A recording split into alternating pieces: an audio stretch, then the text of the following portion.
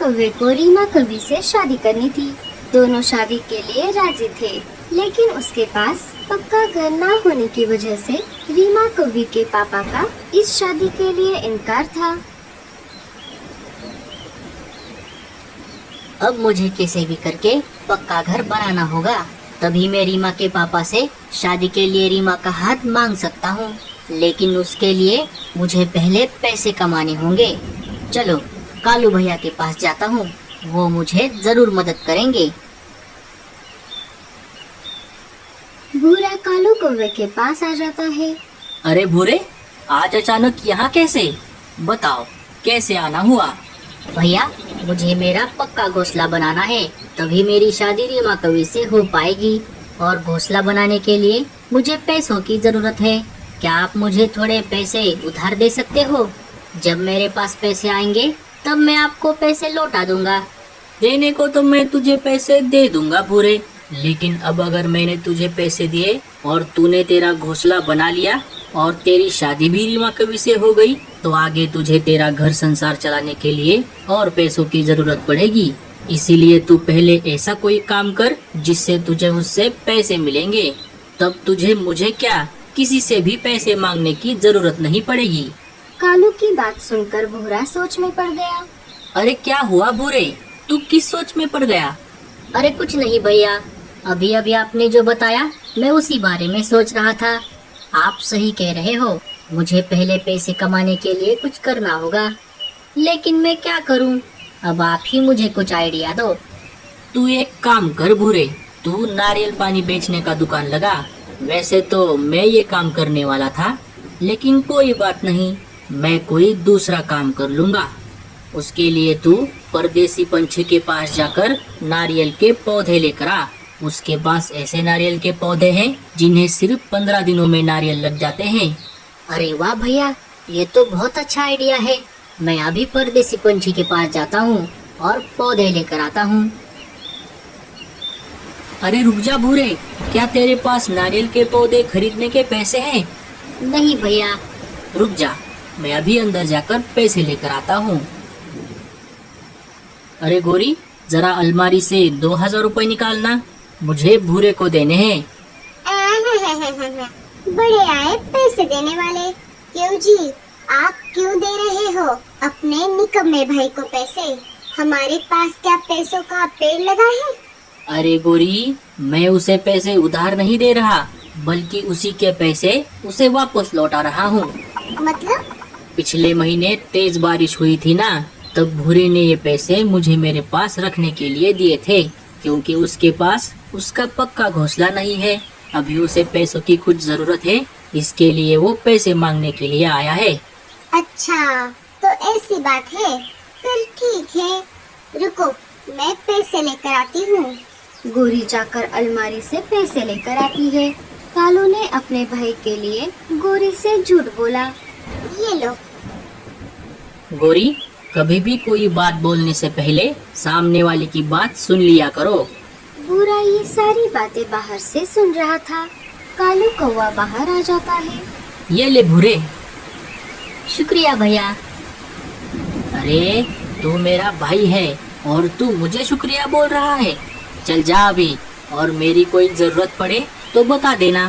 ठीक है भैया। भूरा पैसे लेकर वहाँ से निकल पड़ता है। थोड़ी ही देर में वो परदेसी पंछी के पास आ जाता है। अरे भूरे, तुम यहाँ? कहो कैसे आना हुआ? जी मुझे नारियल के कुछ पौधे खरीदने थे। हाँ हाँ, क्यों नहीं, बोलो तुम्हें कितने पौधे चाहिए? जी एक पौधा कितने रुपए में मिलेगा? एक पौधा 50 रुपए में। ठीक है, फिर मुझे 40 पौधे दे दो। ठीक है भूरे, तुम मुझे पैसे देकर तुम्हारे घर चले जाओ, मैं पौधे तुम्हारे घर भिजवा दूंगा। ठीक है, लेकिन सुना है आपके पास ऐसे नारियल के पौधे हैं जिन्हें सिर्फ 15 दिनों में नारियल लग जाते हैं। तुमने बिल्कुल सही सुना है भूरे, मेरे पास ऐसी खाद है जिससे नारियल के पौधों को सिर्फ 15 दिनों में नारियल आ जाएंगे। ठीक है, मुझे वही पौधे दे देना, लेकिन खाद के लिए अभी मेरे पास पैसे नहीं हैं। अरे भूरे, तुमने इतने सारे पौधे लिए हैं तो इसके लिए मैं तुम्हें पौधों में लगने वाली खाद फ्री में दूंगा। आपका बहुत बहुत शुक्रिया। अभी मैं चलता हूँ। भूरा वहाँ से निकलकर अपने टूटे फूटे घर की ओर निकल पड़ता है। थोड़ी देर उड़ने के बाद वो अपने घर आ जाता है। कुछ घंटे बीत जाते हैं और कबूतर टांगे में नारियल के पौधे लेकर आ जाता है। भूरा पौधे और खाद उतार लेता है। चलो अब सो जाता हूँ, बाकी का काम कल करूँगा। सुबह हो जाती है। सुबह होते ही भूरा अनाज लाने के लिए बाहर निकल पड़ता है। जब वो अनाज लेकर अपने घर वापस लौट रहा था, तब उसे अपने साथी पंछी बातचीत करने वाले पेड़ पर गप्पे लड़ाते हुए दिखाई दिए। वो उनके पास आ जाता है। क्यों रे भूरे, सुबह सुबह कहाँ गया था? मैं अनाज लाने गया था मीनू मौसी। अरे वाह भूरे भैया, ये तो बहुत अच्छी बात है। चलो साथियों, अब मैं चलता हूँ, मुझे बहुत काम है। अरे साथियों, ये लप्पू सा भूरा आजकल किस काम में इतना बिजी रहने लगा है? कालू मीनू मौसी को सारी बात बताता है। अच्छा, तो ऐसी बात है। रीमा और भूरे की जोड़ी खूब जमेगी। चलो, अच्छा हुआ हमारा भूरा काम पर लग गया। भूरा अनाज लेकर घर आ जाता है। घर आते ही वो काम पर लग जाता है। दोपहर होते होते वो सारे नारियल के पौधे अपने घोंसले के पास वाले खुली जगह में लगा देता है और उनमें खाद भी डालता है। चलो सारा काम तो हो गया। अब मेरे पेट में चूहे दौड़ रहे हैं। अब थोड़ा खाना खा लेता हूँ। भूरा अनाज खाने ही वाला था कि तभी वहाँ पर रीमा कौवी आ जाती है। अरे भूरे जी, ये आप क्या कर रहे हो? और ये इतने सारे नारियल के पौधे यहाँ पर किसने लगाए? आप जल्दी कुछ करो, नहीं तो पापा मेरी शादी कहीं और करा देंगे। भूरा सारी बात रीमा को बताता है। ये तो बहुत अच्छा आइडिया है भूरे जी। चलो अब मैं चलती हूँ। रीमा वहाँ से चली जाती है। भूरा अनाज खाने लगता है। धीरे धीरे दिन बीतने लगते हैं और 15 दिन होते ही नारियल के पौधे बड़े होने लगते हैं और उन्हें नारियल भी लगने लगते हैं। और थोड़े दिन बीत जाने के बाद नारियल तोड़ने लायक हो जाते हैं। भूरा नारियल के पेड़ों को पानी दे रहा था कि तभी वहाँ पर सुंदर उल्लू आ जाता है। अरे वाह भूरे, ये नारियल के पेड़ तो बहुत बड़े हो गए हैं और इनके नारियल भी अब तोड़ने के लिए तैयार हैं। अब तुम्हारा आगे का क्या प्लान है?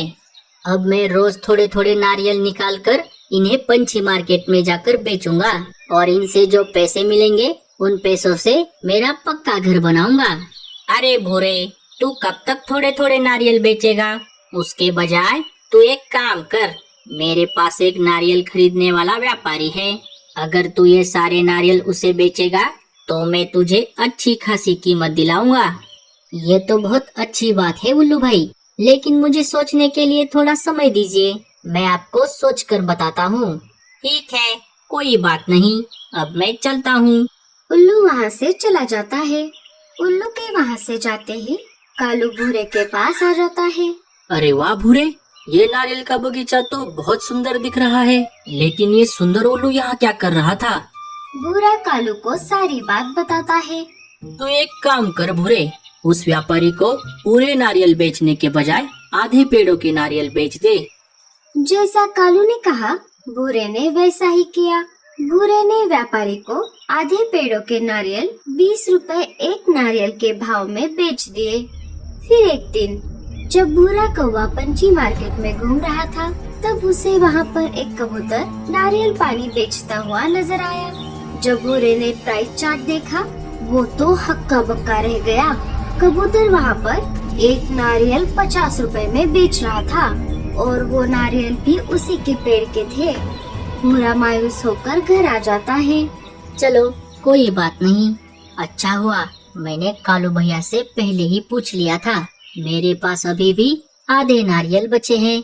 अब मेरे पास जितने भी पैसे आए हैं उनसे मैं मेरा पक्का घर बनाता हूँ। भूरा दिन रात मेहनत करता है और थोड़े ही दिनों में अपना खुद का पक्का घर बना लेता है।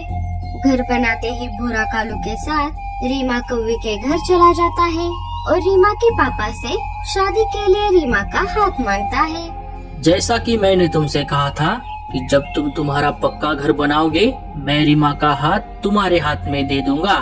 अब हम जल्द ही कोई एक अच्छा सा दिन देखकर तुम्हारी शादी करवा देंगे। बुरा ये बात सुनकर बहुत खुश हो जाता है। रात हो जाती है। सारे पंछी अपने अपने घोंसले में सोने की तैयारी कर रहे थे। नमस्कार, जंगल बडीज न्यूज में आपका स्वागत है। अभी अभी आए ताज़ा खबरों के अनुसार आने वाले 1-2 दिनों में जंगल में तेज बारिश होने वाली है, इसीलिए सारे सतर्क हो जाएं। बारिश की वजह से जंगल में बाढ़ भी आ सकती है। मिलते हैं अगले समाचार में। तब तक के लिए शुभ रात्रि। सुनते रहिए जंगल बडीज न्यूज। अरे ये क्या नई मुसीबत है? अबे अचानक बारिश क्यों आ रही है? सुनिए जी, हमें हमारा घोंसला और मजबूत करना पड़ेगा। हाँ गौरी, कल सुबह होते ही मैं घोंसला मजबूत करने के काम में लग जाऊंगा। अच्छा हुआ बल्लू जी, हमने हमारा घोंसला पहले से ही पक्का कर लिया है।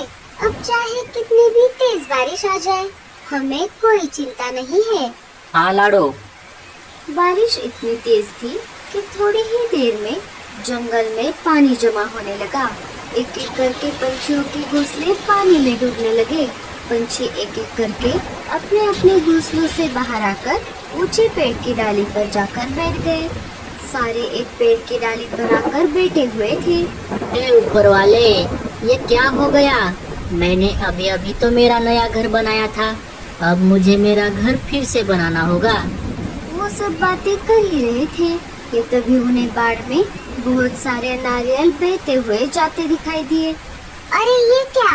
ये इतने सारे नारियल कहाँ से आ गए? अरे भूरे, ये तो तुम्हारे ही पेड़ों के नारियल लगते हैं। अरे हाँ भैया, लेकिन ये इतने बड़े कैसे हो गए? अरे बाप रे, घर भी गया और नारियल भी। अब मुझे फिर से घर बनाना पड़ेगा। अरे भूरे, क्यों ना हम इन नारियलों से ही हमारे घोंसले बनाएं? हाँ कालू भैया, ये तो बहुत ही बढ़िया प्लान है। धीरे धीरे बारिश कम होने लगती है और बाढ़ का पानी भी उतरने लगता है। जैसे ही सारा पानी उतर जाता है, सारे पंछी उन नारियलों से अपने अपने घर बनाने में लग जाते हैं। देखते ही देखते सारे अपने अपने घर बना लेते हैं। भूरे, तुम बहुत मेहनती हो, इसीलिए मैं खुशी खुशी इस शादी के लिए राजी हूँ।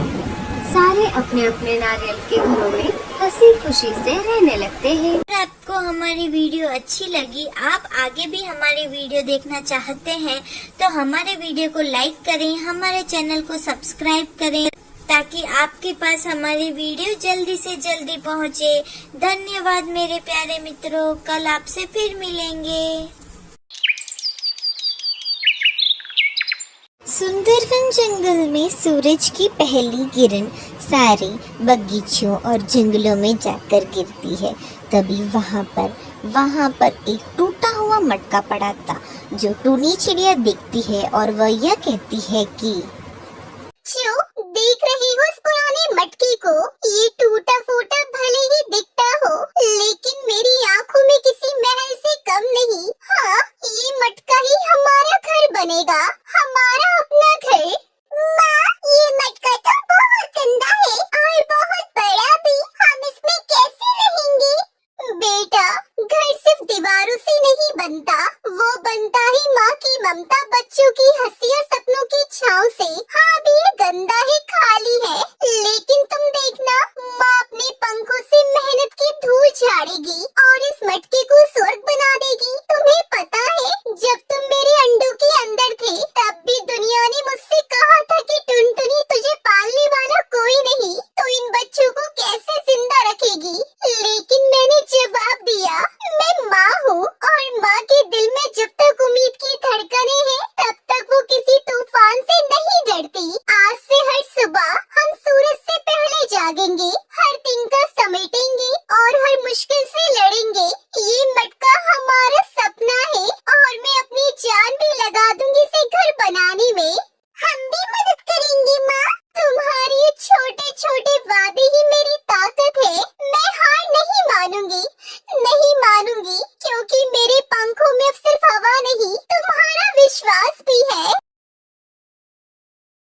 उस दिन से टुनटुनी अपने बच्चों के साथ मटकों को घर में बदलने का प्रण लेती है। कुछ दिन बीत जाते हैं। टुनटुनी चिड़िया सुबह सुबह उड़कर दूर दूर से तिनके, सूखे पत्ते, छोटे छोटे रेशे और यहाँ तक कि कभी कभी कपड़े के फटे टुकड़े तक लाकर मटके के अंदर सजाती है।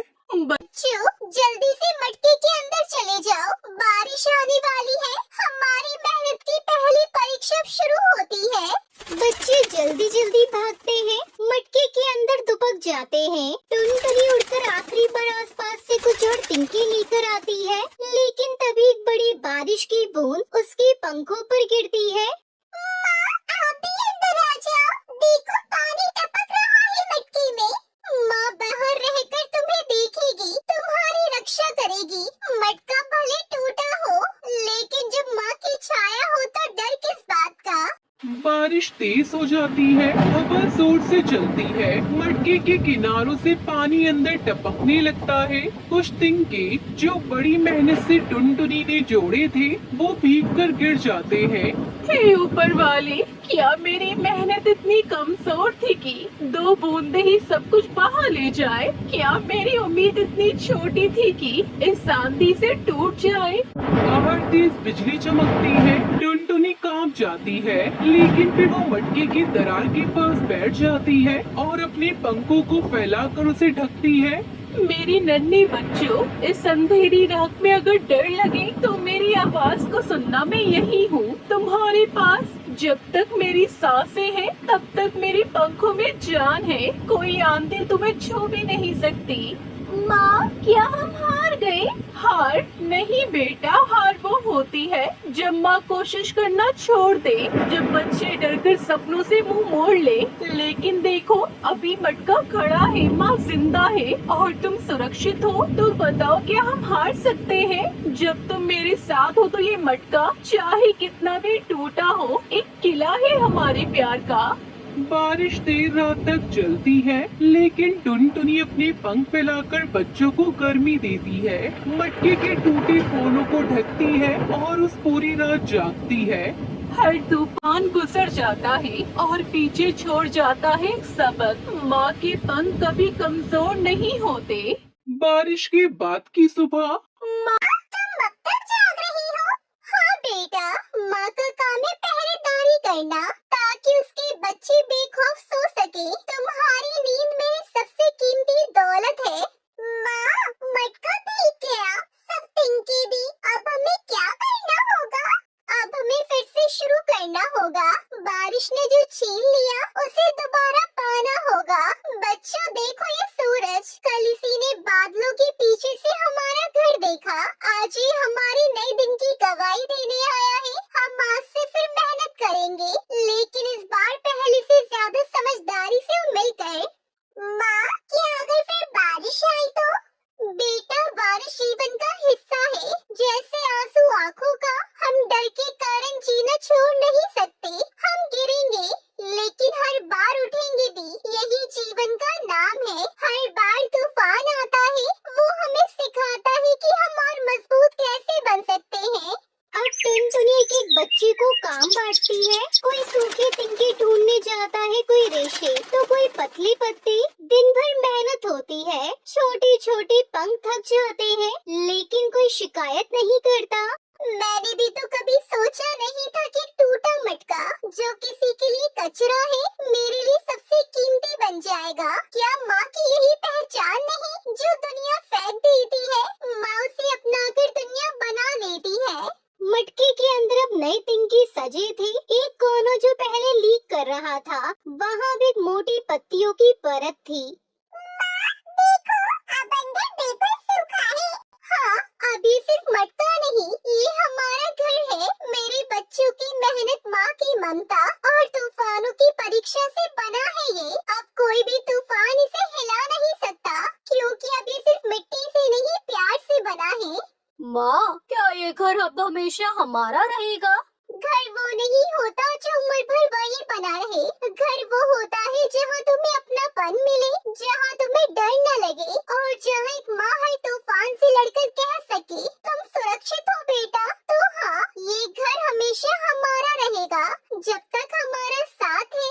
बच्चे मटके के अंदर सो जाते हैं। टुनटुनी आज पहली बार चैन की नींद सोती है। कुछ दिन बीत चुके थे। टुनटुनी और उसके बच्चे मटके में शांति से रहने लगे थे, पर दूर कहीं एक अंधेरे कोने से एक जोड़ी लाल आंखें उन्हें देख रही थी।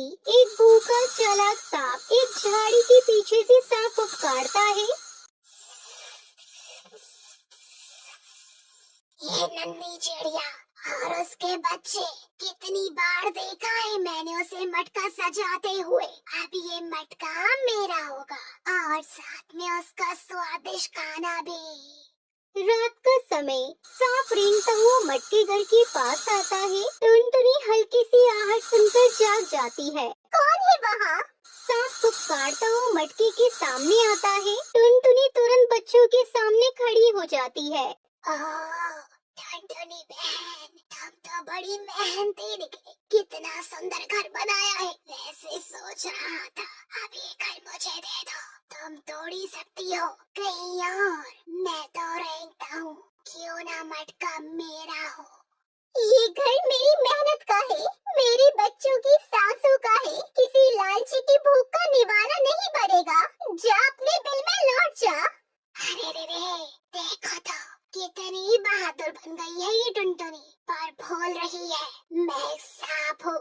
मेरे फुफकार से पंख कांप जाते हैं। डराने की कोशिश मत कर। मैं वही माँ हूँ जिसने आंधियों में अपने पंख नहीं हिलने दिए। तेरी फुफकार से क्या डरूं? जब मैंने तूफान को हराया है। मेरे बच्चों को छूने से पहले तुझे मेरी ममता की आग से गुजरना होगा। सांप चिल्ला जाता है, फुफकार मारता है और मटके के अंदर घुसने की कोशिश करता है, लेकिन टुनटुनी तेजी से उड़ती है और उसके मुंह पर चोंच मारती है। फिर वो कई बार उसकी आंखों पर चोंच मारती है। छोटी सी चिड़िया, तुझसे उम्मीद न थी। मेरी चोंच कमजोर हो सकती है, लेकिन जब बात मेरे बच्चों की हो तो मैं किसी से कम नहीं। जा याद रख, माँ के घर में घुसने की सजा मौत से भी बदतर होती है। सांप पीछे हटता है, घायल और डर से भाग जाता है। जंगल की झाड़ियों में गुम हो जाता है। टुनटुनी वापस मटके घर में आती है। माँ, तुमने हमें बचा लिया। तुमने अकेले उसे भगा दिया। मैं माँ हूँ बेटा, और माँ कभी हार नहीं मानती। जब भी संकट आएगा मैं ढाल बनकर खड़ी रहूंगी। मटका सिर्फ घर नहीं, ये हमारी लड़ाई की पहचान है। सांप की हार और टुनटुनी की बहादुरी की खबर कुछ ही समय में पूरे जंगल में फैल जाती है। तभी उसके पास पिंकी चिड़िया और हरिया तोता आते हैं। टुनटुनी बहन, हमने आपकी कहानी सुनी। आप जैसी माँ शायद ही कहीं देखी हो। आपने सांप को भगा दिया और अपने बच्चों को बचाया। पूरे जंगल में आपकी बहादुरी की चर्चा है। क्या मैं कभी इस मटके में बैठ सकता हूँ? बस थोड़ी देर के लिए। ये मटका सिर्फ मेरा नहीं, ये हर उस प्राणी का है जिसने कहीं और सहारा नहीं मिलता। बिल्कुल बैठ सकते हो। ये घर अब सिर्फ ईंट और टिंकों से नहीं बना, ये बना है ममता से। ममता बांटने से बढ़ती है। जंगल के जानवर पक्षी धीरे धीरे टुनटुनी के मटका घर के पास आने लगते हैं। बच्चों, जब मैंने मटका देखा था तब सोचा था बस एक छत मिल जाए तुम्हारे सर पर अब मैं समझती हूँ एक माँ का घर सिर्फ उसके बच्चों तक सीमित नहीं होता। जिस घर से प्रेम और सुरक्षा निकलती है वो पूरे संसार का घर बन जाता है। माँ, क्या हम सबकी मदद कर पाएंगे? हाँ बेटा, जब दिल बड़ा हो तो मटका भी महल बन जाता है। अब हम अपने खाने से थोड़ा कम खाएंगे, पर किसी भूखे को खाली हाथ नहीं जाने देंगे। अब ये हमारा मटका घर नहीं, ये जंगल की उम्मीद है।